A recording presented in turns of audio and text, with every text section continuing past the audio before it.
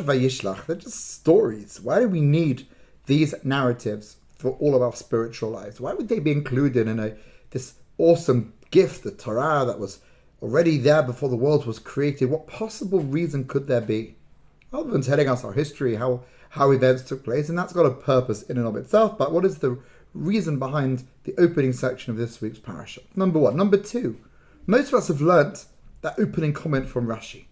Yaakov says to his brother, sends a message to his brother, Im Lavan Garati. I hung out. I didn't set up a proper home.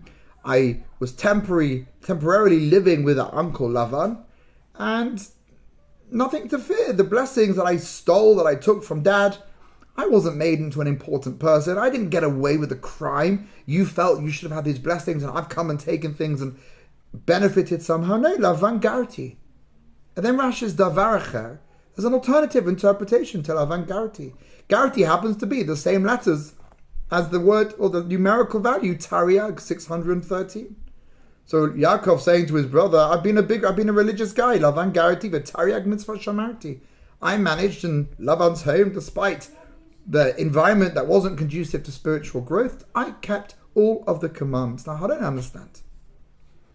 The second interpretation seems to imply that Yaakov indeed was a very great person. I have this spiritual force field surrounding me. I preserved the honesty and the integrity of our religious traditions, and therefore don't think you can harm me, because I have contemplated and built my relationship with Hashem. Tariag mitzvot shamarti, I've kept all the rules, and you will not be able to attack me. The first interpretation suggests that I'm a nobody. So what was Yaakov sending? Well, he's sending a message of I'm a nobody, therefore there's no threat. I didn't get the reward from the brachos, from the blessings. Or is he saying, no, I'm quite a somebody? Interesting. Along comes the Kli Yakar and says, you know what? I've got a different interpretation for those, different understanding of those two ideas. And if you just erase the word Davar Acher, which Rashi uses to introduce a second interpretation, it's actually one interpretation. And here's perhaps the reason why this story is included. From time to time in life, it becomes tempting to try and steal, get ahead, find some advantage over somebody else by cutting corners, doing something that's unethical. And if we want to believe that we're going to achieve, along comes the Torah and says, look at the story of Yaakov. I stole the brachot. I told Dad that I was you. I fed him a meal. I seduced him with food, and I took what wasn't mine. Lavan Garati. Nothing happened. I lived. Blessings haven't happened. You have nothing to fear. Oh, and if you think, Brother Asaph, that the reason why the brachot haven't come about is because I wasn't faithful to our tradition, and therefore I forfeited that spiritual legacy, the blessing, the power of what Dad gave me, a blessing. No.